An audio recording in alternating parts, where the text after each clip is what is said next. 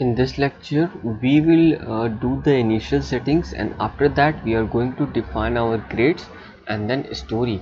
Okay, so first of all, in order to do that, you have to go to file and click on new model.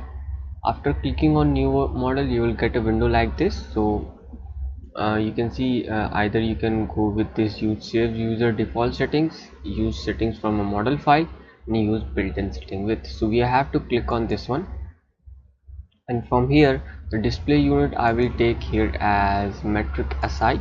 Okay, and the steel section database I will take as Indian.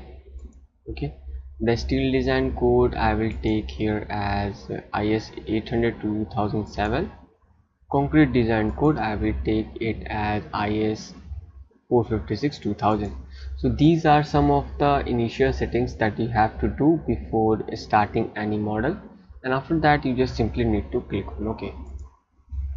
So now that we have done the initial setting, it's time to go ahead and look at our plan so that we can provide these data from the plan. Okay, so if you go ahead and look at our plan, you will see that this is our plan, and in this direction we have a irregular length between these two grids, and in this case as well. So if you look here, you can see that if you look at that, the number of grids in X direction, that's fine. The number of grids in Y direction, that is also fine. But the problem here is that you cannot go with this option because we don't have uniform spacings. Okay, so for that what we can do is we have to click on this button here, that is custom grid spacing, and after that you just simply need to click on edit grid data. After clicking on that one, you will see that now we can easily enter our spacing as according to our plan very easily. Okay, so what you have to do now? Okay, so this grid system name is as G1. Okay, and first of all we are going to deal with this X grid data. Okay, so if you look at our plan, you will see that this is our plan, and in this direction, in X direction, we have three number of grids, that is A, B and C. Okay, so like that we have to enter the grid data from left to right. Okay, from left to right in X direction. So let's do that. So this from A to B, the spacing is 2 meter, and from B to C the spacing is 4 meter. So now let's enter the value here in it, and we don't have any grid T, so we are just go click on this one and click on delete.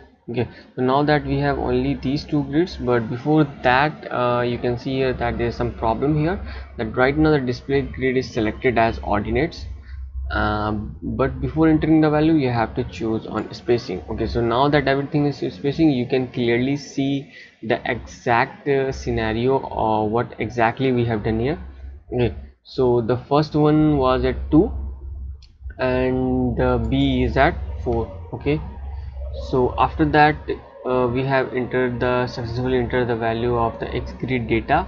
Now we will move to the Y grid data. Okay, so you can see here that there's two options, that is grid data as ordinates and spacing. So you have to choose the ordinate option when it is given like this, that is from here to here it is 2 meter, and from this point to this point it is 6 meter.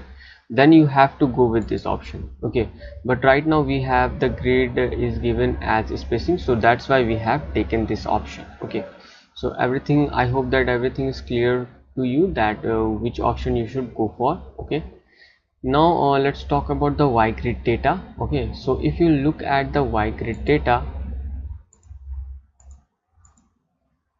okay, if you look at the Y grid data, you will see that the grids are starting from this end. Okay, so we have to enter the value from this end, not from this end. Okay, so now let's start entering the value. So if you look at from this to this is 1 meter. Okay, so first one is at 1 meter. Okay, now if you look at the second one, this is from here to here, this is 3 meter, and from here to here it is also 3 meter.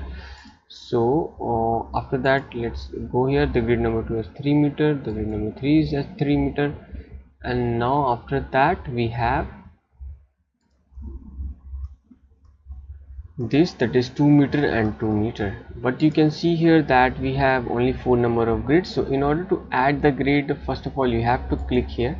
Okay, you have to click here, and after that simply click on add. So now you can see that we have 5 number of grids. Okay, and here in this region we have to enter the value as 2 meter and 2 meter.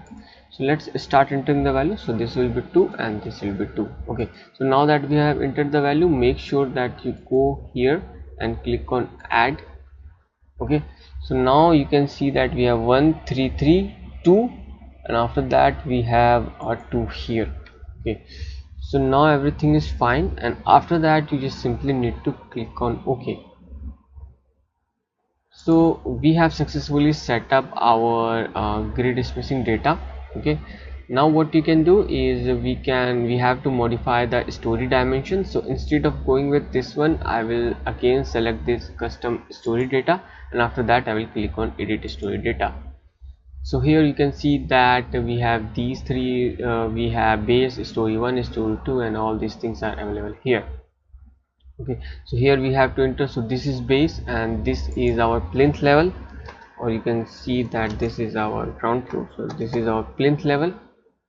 If you look at the drawing, if you look at the elevation, you can see that this is our plinth level, and it from this base to the plinth level it is 1.80. so let's enter the height and 1.8. okay, so now that we have done with this plinth level, the next one will be first floor. Okay, the next one will be second floor, and the last one is roof. Okay, so we have these arrangements. So if you look at the first floor height, okay, if you look at the first floor height, you can see that if you subtract this 5.30 from 1.80, you will get this difference as 3.50 meter.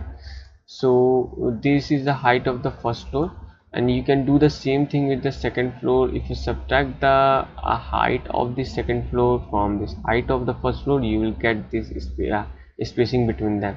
Okay, or what you can do is you can directly enter the elevation from here, but I will suggest you to go with this height. Okay, so the height was 3.50. okay, so here you have to enter 3.5, and this one is also 3.5. okay, so you just need to subtract this height from this side, and after that you will get this value. Okay, so now that we have entered our elevation as well, you just simply need to click on OK. So we have done all these things, and after that click on OK. So this is how you have to set up your grids for modeling a residential building. You can see that exactly this is the same thing that we have modeled. We have modeled everything as per our AutoCAD plan. You can see that. So this is the end of this lecture.